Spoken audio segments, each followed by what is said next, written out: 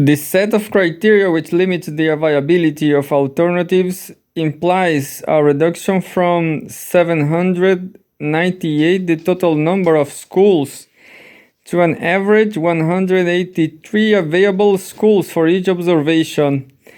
The set of restrictions severely limits the alternatives of private schools from the ninth decile down, reducing them from 25% for the ninth decile to 95% for the first decile.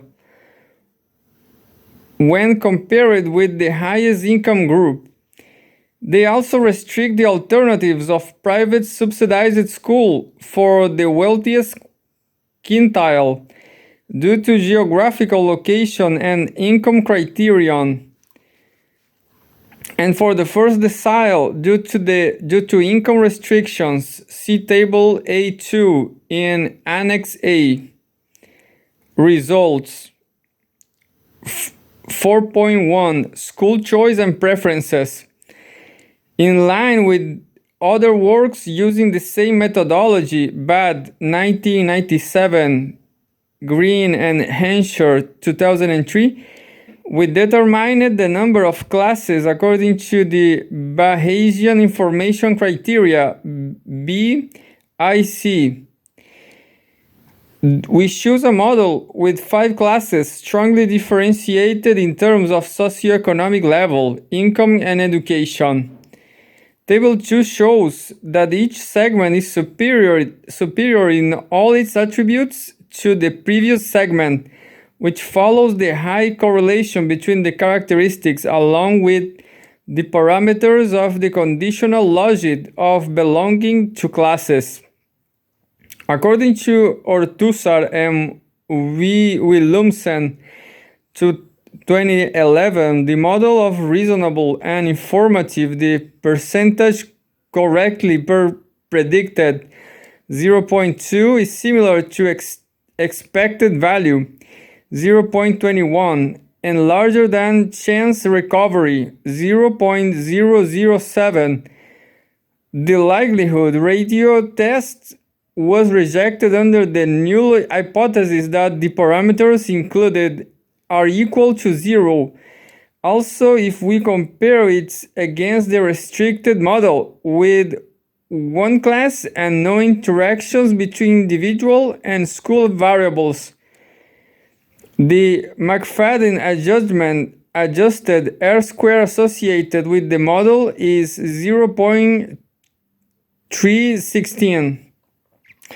The methodology allows us to distinguish patterns of choice by class, but given the large number of interactions associated with the variables considered and the number of classes, it is difficult to carry out direct interpretations from the 357 estimated parameters. A general and informative view can be obtained starting from the marginal effects constructed from the estimated parameters. Table 3 shows the average of the marginal effects calculated at the individual level and grouped by income decile. Its interpretation is the change of the probability of choice of school in the percentage point compared with an increase of a standard deviation in the corresponding school's attribute. The results regarding the school variables are in general reasonable in relation to what would be expected. Parent interviews are not desirable for the 60% with lower income, and a version which decreases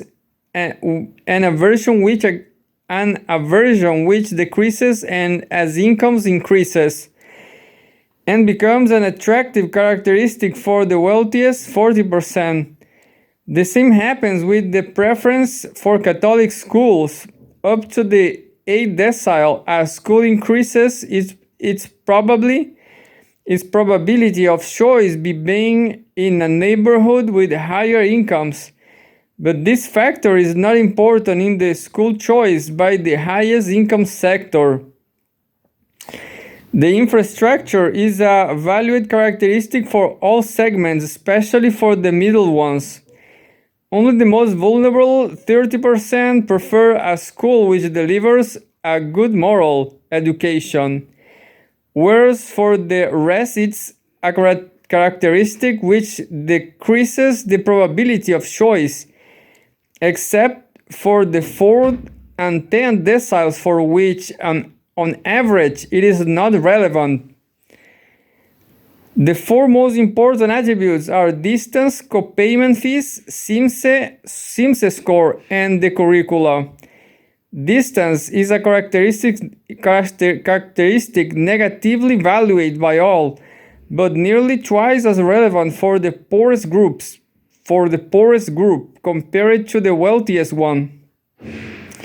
The copayment fee strongly decreases the probability of choice for the most vulnerable segment, decreasing its influence on the decision, and as income increases up to the 9th decile. In fact, for the wealthiest 10%, the model suggests a positive relationship between the probability of choice and a higher copayment.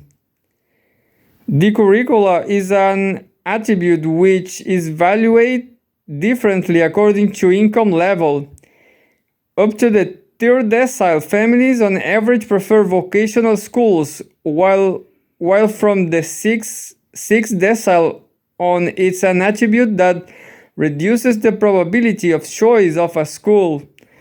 Finally, quality measured by the SIMSE score increases the probability of choice for all schools, but it's more than twice as relevant for the 8th decile compared to the first one. The results show it is valued the highest in the 8th decile. 4.2 Residential segregation, copayment, and preferences. In order to distinguish the central factors which will explain the segregation, we computed the segregation in 7 different scenarios.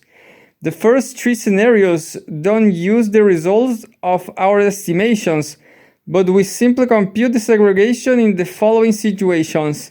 First, assigning students to their actual school. Second, assigning students to the school nearest to their home. And third, distributing randomly the students among the schools. To compute segregation in the next 4 scenarios, we predicted the school choice for each observation using the estimated model. This is how we obtained it. Fourth, the predicted segregation. Fifth, the predicted segregation discounting the residential segregation, permuting randomly the location of homes and schools before the election take place. Sixth, the predicted segregation discounting the effect of the copayment fee. We assigned value 0 to payment in private subsidized schools. And seventh, the predicted segregation imposing equal preferences for schools attributes to all individuals except for copayment fee and distance. As for school capacity, we assumed for each school the same number of places as the number of subjects that actually attend the school. In the cases in which we predicted a demand higher than the school capacity, we assigned randomly the students into the school. Then those not accepted were assigned to the following school according to their preferences, repeating the process iteratively until they were all assigned to a school. Table 4 shows the segregation indices of Duncan, 1955, Information Theory. Dale and Finisa, 1971, the Variance Radio Index. James and Tyober, 1985, and the Square Root Index, Hutchins, 2001, for each scenario. All of them were calculated with a threshold of the first 3 deciles of income, and represents the median of the value calculated in 200 repetitions for each scenario with different seeds.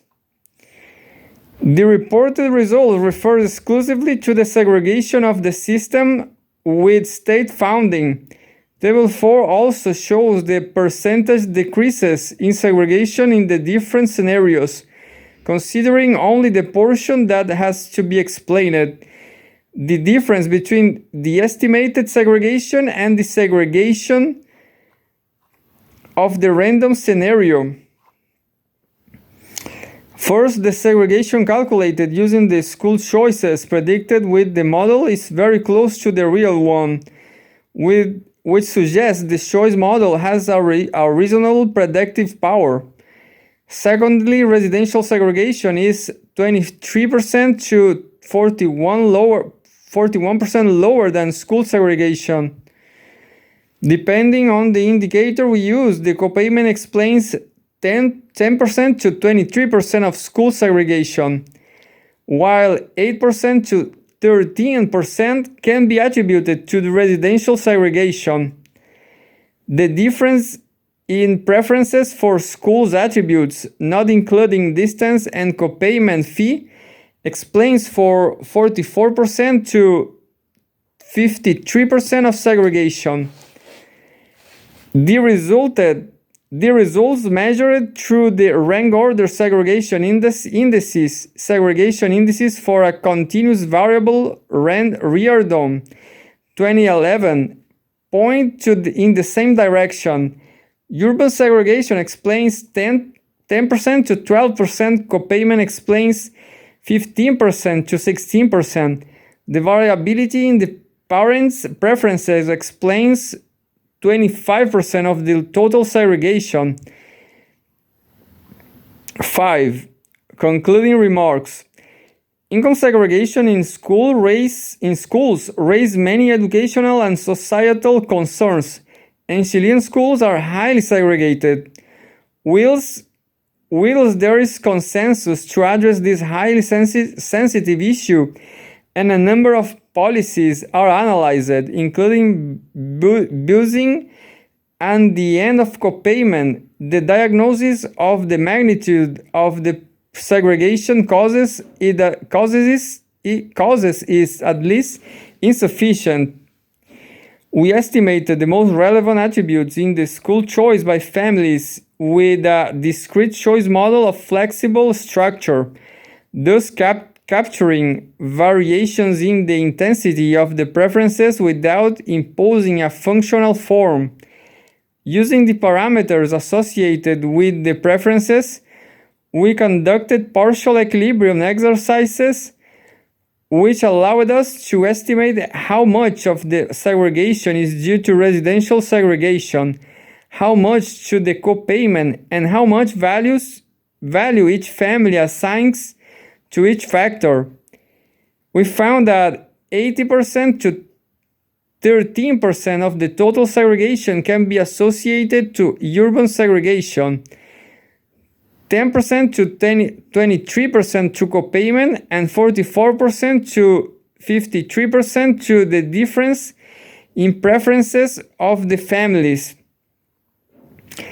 Naturally, the heterogeneity of the estimated preferences might be denoting differences in the information about the quality of the schools and about the consequences of attending a school that has better results. In this sense, the fact that a big part of segregation is explained by preferences doesn't mean that public policy has a limited capacity to address segregation. What we can indeed conclude from our findings is that copayment and seat segregation counts only in a relatively small part of total segregation.